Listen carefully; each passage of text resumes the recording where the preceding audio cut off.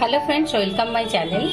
আমি বানাবো আজকে শোল পালং বানানোর জন্য দেখুন এখানে 3 পিস শোল মাছ নিয়েছি। আমি শোল মাছের 3টি টুকরো নিয়েছি। এখানে মাছটাকে খুব ভালোভাবে ধুয়ে নেওয়ার পরে এর মধ্যে নিয়েছি নুন, হলুদ, লঙ্কা গুঁড়ো। আপনারা নিশ্চয়ই দেখতে পাচ্ছেন আমি এর উপরে ছড়িয়ে রেখেছি, এখনো মাখায়নি। আমি নিয়েছি এখানে একটা লেবুর টুকরো, নিয়ে নিচ্ছি আমি লেবুর রসটা। নিয়ে এটাকে আমি খুব ভালোভাবে মাখিয়ে নেব প্রথমে মাছটার গায়ে। আর পালংটাকে আমি খুব ভালোভাবে ধুয়ে নিয়ে পালং শাকটাকে 2 থেকে 3 বার খুব ভালোভাবে ধুয়ে নিয়ে স্ট্রেনারের মধ্যে রেখে দিয়েছিলাম। জলটা ঝরে যাওয়ার পরে আমি সেই পালংটাকে সেদ্ধ করে নিয়েছি। সেদ্ধ করে নিয়ে আমি ওর মধ্যে 2টো কাঁচা লঙ্কা দিয়ে পেস্ট করে রেখেছি। তো আমি সেই পেস্টটাও দেখিয়ে দেবো। দেখুন পালংয়ের পেস্টটাও আমি রেডি করে রেখেছি। পালং শাকটাকে ধুয়ে নিয়ে এটাকে আমি সেদ্ধ করে নিয়ে 2টো কাঁচা লঙ্কা দিয়ে পেস্ট করে রেখেছি। তো এইটাকে রেখে দিচ্ছি সাইডে। সেই সাথে আমি দেখিয়ে দিচ্ছি আপনাদেরকে মাছের মশলাটা যে রেডি করে রেখেছি সেই মশলাটা। দেখুন মাছের জন্য এই মশলাটা রেডি করে রেখেছি। এর মধ্যে আমি কি কি দিয়েছি সেটাও আমি আপনাদের দেখিয়ে দিচ্ছি। তো চলুন আমরা প্রথমে মাছগুলোকে খুব ভালোভাবে ম্যারিনেট করে নিই। ম্যারিনেট করে নিয়ে এটাকে 10 মিনিট রেখে দেবো, তারপর আমরা রান্নাটা স্টার্ট করবো। আমি একটা মশলা রেডি করব। মাছের মশলাটা রেডি করে নেওয়ার জন্য এখানে নিয়েছি আমি ধনে গুঁড়ো, জিরে গুঁড়ো, হলুদ গুঁড়ো, একটুখানি গরম মশলার গুঁড়ো, এখানে নিয়েছি লঙ্কা গুঁড়ো, আর নিয়ে নেব আমি টক দই। তো এখানে নিয়ে নিচ্ছি আমি টক দইটা।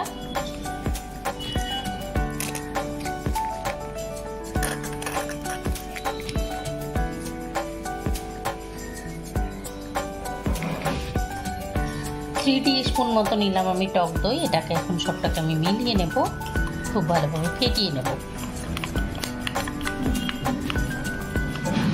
এটাকে চামচ দিয়ে ফেটিয়ে নিয়েছি। আপনারা কিন্তু সেম কাজটা মিক্সিতে দিয়েও ফেটিয়ে নিতে পারেন। 30 সেকেন্ড করে অল্প একটু জল দিয়ে, আমি এখানে জল দিইনি, এটাকে খুব ভালোভাবে ফেটিয়ে নিয়েছি। এটাকে ফেটিয়ে নেওয়ার পরে রেখে দেবো সাইডে। এই দেখুন মাছটাকে ম্যারিনেট করে ঢাকা দিয়ে আমি 10 মিনিট রেখে দিয়েছিলাম। দেখুন এটা থেকে কিন্তু প্রচুর জল বেরিয়েছে। তো এই জলটা আমরা ফেলে দেবো না, এটা শুদ্ধই আমরা মাছটাকে নিয়ে নিচ্ছি। গ্যাসের ফ্লেম অন করে নিচ্ছি। নিয়ে আমি এখন কড়াইটা গরম হতে দেব। গ্যাসের ফ্লেম অন করে আমি কড়াইটা গরম হতে দিয়েছি। কড়াইটা গরম হয়ে গেছে। এখন আমি এর মধ্যে নিয়ে নিচ্ছি তেল। আমি সর্ষের তেলে রান্না করছি, আপনারা চাইলে এটা সাদা তেল বা বাটার দিয়েও রান্না করতে পারেন। আমি সর্ষের তেলটা দিয়ে নিলাম। এখানে 2 টেবিল স্পুন সর্ষের তেল নিলাম আমি। তেলটা আমি খুব ভালোভাবে গরম হতে দেবো, নাহলে মাছগুলো কিন্তু আমাদের ভেঙে যাবে। আমরা খুব ভালোভাবেই জানি যে তেলটা যদি খুব ভালোভাবে গরম না হয় তাহলে মাছ আমাদের ভেঙে যায়। তো আমরা এখন তেলটা গরম হতে দিচ্ছি। দেখুন মাছটা দিয়ে নিই, দিয়ে এই দেখুন মাছগুলো উল্টে দিয়ে আমি আবারও রেখে দিয়েছি। 3 থেকে 4 মিনিটের জন্য রেখে দেবো। এগুলো ভাজা হয়ে গেলে তারপর আমি তুলে নেবো। আমি উল্টে নিয়ে 1 মিনিট রেখে দিয়েছিলাম যেন 2 পাশটাই একই রকমভাবে আমাদের ভাজা হয়। এখন আমি মাছগুলোকে তুলে নিচ্ছি। মাছটা আমি তুলে নিয়েছি। সবগুলো মাছ তুলে নেওয়ার পরে এর মধ্যেই এখন আমি দিয়ে দেবো ফোড়নটা। তো ফোড়নের মধ্যে দিয়ে দিচ্ছি আমি এখানে নিয়েছি একটা গোটা তেজপাতা, নিয়েছি আমি একটুখানি জিরে, একটা নিয়েছি আমি লবঙ্গ, আর 1 টুকরো নিয়েছি দারচিনি। এইটা দিয়ে ফোড়নটা দেওয়ার পরে ফোড়নটা থেকে আমি একটু স্মেল বার হতে দেবো। 30 সেকেন্ড মতো এটাকে রেখে দেবো। গ্যাসের ফ্লেমটা আমার লো রাখা আছে, নাহলে ফোড়নটা পুড়ে যাবে। এখন এর মধ্যে দিয়ে দিচ্ছি আমি, ফোড়নটা থেকে স্মেল বেরিয়ে গেছে, এখন দিয়ে দিচ্ছি আমি কুচনো পেঁয়াজ।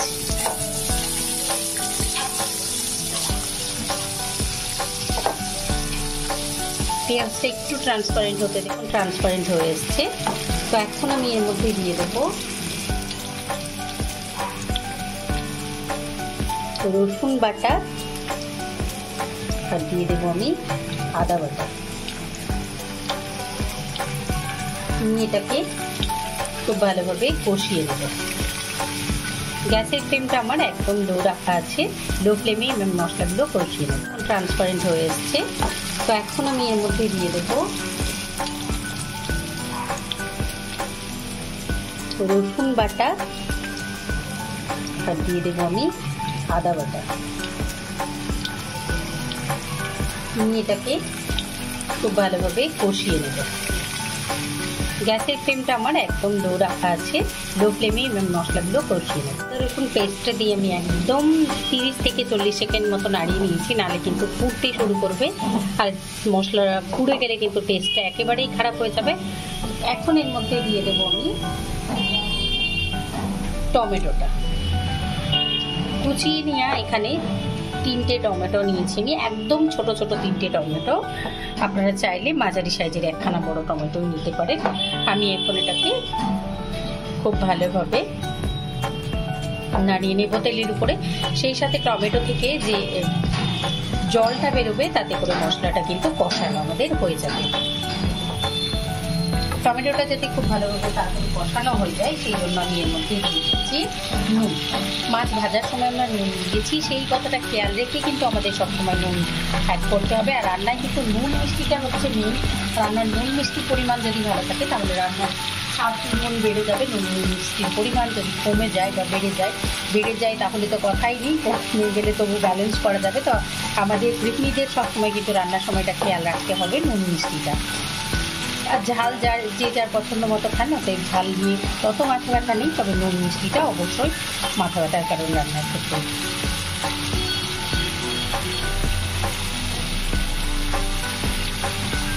দেখুন টমেটোটা দিয়ে আমি নাড়িয়ে নিচ্ছি।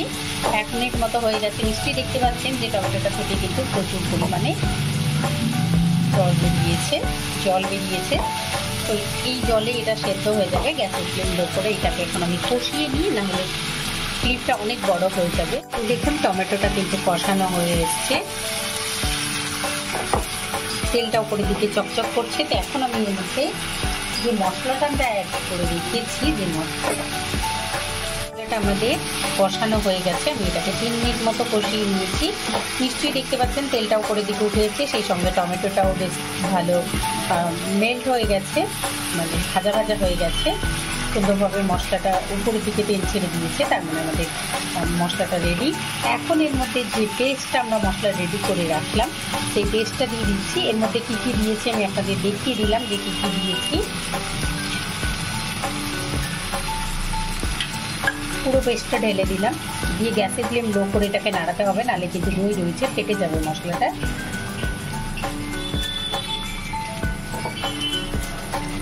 এটাকেও 2-3 মিনিট মতো নাড়িয়ে নেব।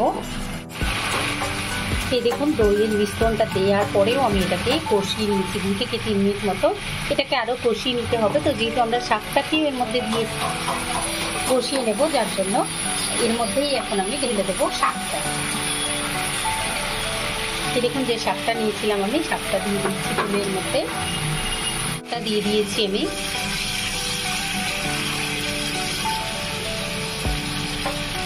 আপনাদের যদি শাকটা সেদ্ধ করার সময় প্রচুর পরিমাণে জল বেরোয় তাহলে সেই স্টকটাও কিন্তু রেখে দিতে পারেন। এই সময় ঝোলের ক্ষেত্রে সেই স্টকটা মিলিয়ে দিতে পারেন, সেটাও কিন্তু খুব ভালো টেস্টি হবে।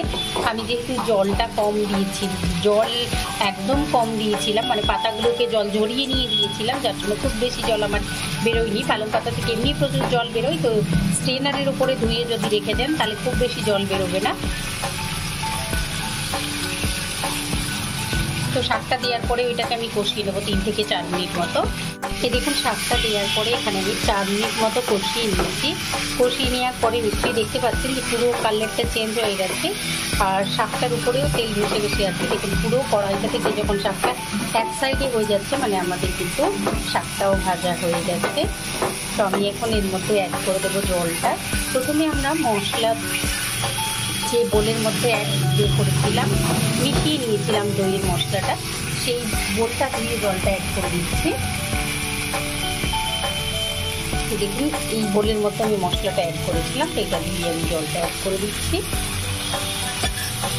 নিয়ে এটাকে মিলিয়ে দিচ্ছি। তারপরে আমরা ঠিক যতখানি ঝোল রাখতে চাইবো বা মাছটা যে আমাদের 3-4 মিনিট ফুটবে সেই অনুপাতে আমরা জলটা এর মধ্যে অ্যাড করবো।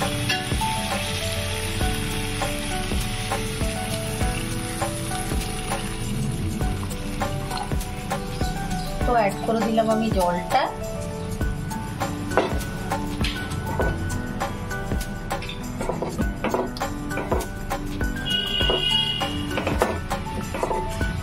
জলটা অ্যাড করে দেওয়ার পরে এটাকে আমি ফুটতে দেবো খুব ভালোভাবে।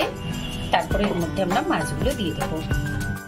শাকটা সেদ্ধ করার সময় আমি কিন্তু দুটো কাঁচা লঙ্কা ছাড়া আর কিছুই দিইনি, যার জন্য শাকটার মতো আমাকে এখানে শাকের পরিমাণ বুঝে আমাকে একটুখানি নুন অ্যাড করতে হবে। নুনটা অ্যাড করে দিলাম। এইবারে দিয়ে দেবো আমি, দেখুন ফুটতে শুরু করেছে, এখন দিয়ে দিচ্ছি এর মধ্যে আমি ভেজে রাখা মাছটা। নিয়ে এটাকে ঢাকা দিয়ে রেখে দেবো আমি 7 মিনিটের জন্য। একদম লো ফ্লেমে এটাকে ফুটতে দেবো। 7 মিনিটের জন্য আমি ঢাকা দিয়ে রেখে দিয়েছিলাম। এখন আমি ঢাকাটা টেনে নিচ্ছি। ঢাকাটা টেনে নিয়ে দেখব, দেখুন কালারটা খুব সুন্দর এসছে। তো আমি এখন একটু নাড়িয়ে দিচ্ছি, নাহলে তলায় ধরে যাবে। আপনারা চাইলে কিন্তু এই অবস্থায়ও সার্ভ করতে পারেন, আবার চাইলে আরো একটু শুকিয়ে নিতে পারেন। আমি আরো একটু শুকিয়ে নেব। মাছগুলোকে আমি একবার উল্টে দিচ্ছি এর উপরে, নিয়ে এটাকে আবারও ঢাকা দিয়ে রেখে দেবো আমি 3 মিনিটের জন্য। খুব ইজি রেসিপি, কিন্তু খেতে খুব সুস্বাদু হয়, খুব সুন্দর হয়। আর শীতের সময় পালংয়ের একটা আলাদা আমেজ পাওয়া যায় খাওয়ার। তো শীত প্রায় শেষ হতে গেল, তো আপনারা অবশ্যই এই রেসিপিটি ট্রাই করবেন এই শীত থাকা অবস্থায়। তো আমি এখন এটাকে ঢাকা দিয়ে রেখে দিচ্ছি। 5 মিনিট হয়ে গেছে। এটাকে আমি ঢাকা দিয়ে রেখে দিয়েছিলাম একদম লো ফ্লেমে। এখন আমরা ঢাকাটা তুলে নিয়ে দেখে নেব, কিন্তু ঢাকাটা তোলার সময় আমরা একটু সাবধানে তুলবো। একেবারে পুরো ঢাকাটা তুলে নিলে মুখের উপরে ব্যাপারটা উঠে আসবে, সেইটা খেয়াল রেখে আমরা ঢাকাটা আস্তে আস্তে করে সরিয়ে নিচ্ছি। দেখুন কালারটা খুব সুন্দর এসছে, আর সেই সাথে শাকটা অনেকটা শুকিয়ে এসছে। তো আমরা যেরকম ঝোল রাখতে চাইবো সেরকমভাবে রেখে দিয়ে কিন্তু আমরা মাছটা সার্ভ করতে পারবো। এখন আমি একবার মাছগুলোকে উল্টে দেবো। মাছগুলোকে এরকমভাবে উল্টে দিচ্ছি শাকের মধ্যে। উল্টে দেওয়ার পরে এর মধ্যে চাইলে আপনারা একটুখানি চিনি দিয়ে দিতে পারেন, 1/2 টিস্পুন মতো। আমি এর মধ্যে চিনি অ্যাড করবো না, আমি এইরকমই থাকতে দেবো রেসিপিটা, যার জন্য এখন আমি এটাকে ঢাকা দিয়ে রেখে দেবো আবার 3 মিনিটের মধ্যে। শীত তো প্রায় গেল রব, আর গ্রীষ্ম দরজার কড়া নাড়ছে। তো শীতের মধ্যে কিন্তু পালংয়ের আমেজটা খুব ভালো লাগে। আর পালং এমন একটা পাতা যেটা টোফুর সঙ্গে বলুন, পনিরের সঙ্গে বলুন, মাছের সঙ্গে বলুন, ডালের সঙ্গে বলুন, সবের সঙ্গেই ভালো লাগে। তো আপনারা অবশ্যই এই শীত থাকতে থাকতে এই শোল মাছ কিনে পালং শোলের এই রেসিপিটি ট্রাই করবেন। আমার রেসিপিটি দেখে কমেন্ট করে জানাবেন আমাকে। এখন আমি 3 মিনিট এটাকে রেখে দিই, তারপরে তুলে সার্ভ করবো। দেখুন 3 মিনিট হয়ে গেছে, আমি ঢাকাটা টেনে নিচ্ছি। ঢাকাটা টেনে নিলাম। দেখুন মাছটা আমাদের রেডি হয়ে গেছে। তো এখন আমি মাছগুলোকে আবার একটু উল্টে দিচ্ছি। উল্টে দিয়ে গ্যাসের ফ্লেম অফ করে এটাকে রেখে দেবো আমি 5 থেকে 7 মিনিট। তারপরে আমি এটাকে তুলে সার্ভ করে দেবো। দেখলেন তো কত ইজিলি তৈরি হয়ে গেল আমাদের সুস্বাদু শোল পালং।